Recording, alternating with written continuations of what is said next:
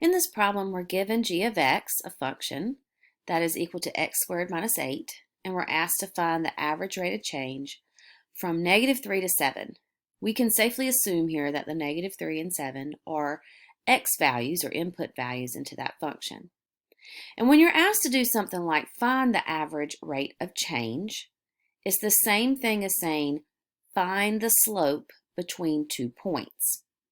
So we can find the slope between these 2 points if we go ahead and insert this input value into the function and get its corresponding output value for both -3 and 7. I'm going to go ahead and do that now. So once I input -3 in this function, my output is 1.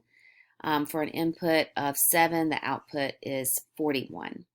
And then I just simply find the slope between those 2 points. And I can just use my standard slope formula, change in y over change in x, and calculate the slope.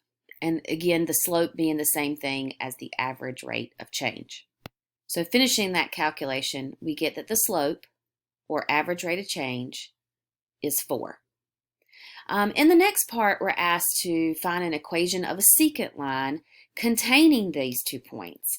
And even though the notation is a little bit different here, this really is just saying if the input is -3, the output, g of -3, will be the y value. And we've already done that stuff up here, actually, whenever we were trying to find the average rate of change in part A. So we're really looking for the equation of a line between these 2 points.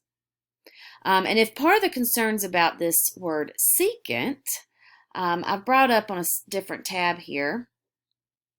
This is from the website mathsisfun.com, as it was with the S there, sorry.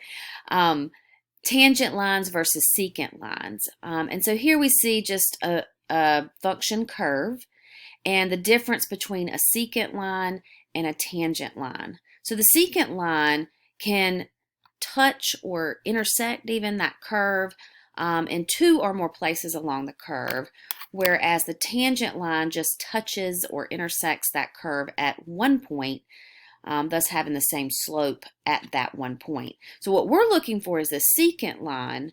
Again, if that was part of the question, this gives you a comparison of secant to tangent. So I want to go back to now the question at hand, and we've already calculated those points earlier in part A, so we just write an equation of a line through 2 points.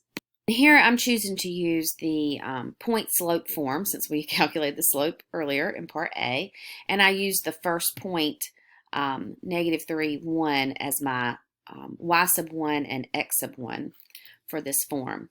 After that, I do need to put this in a slope-intercept form because that's asked for my answer, and I end up with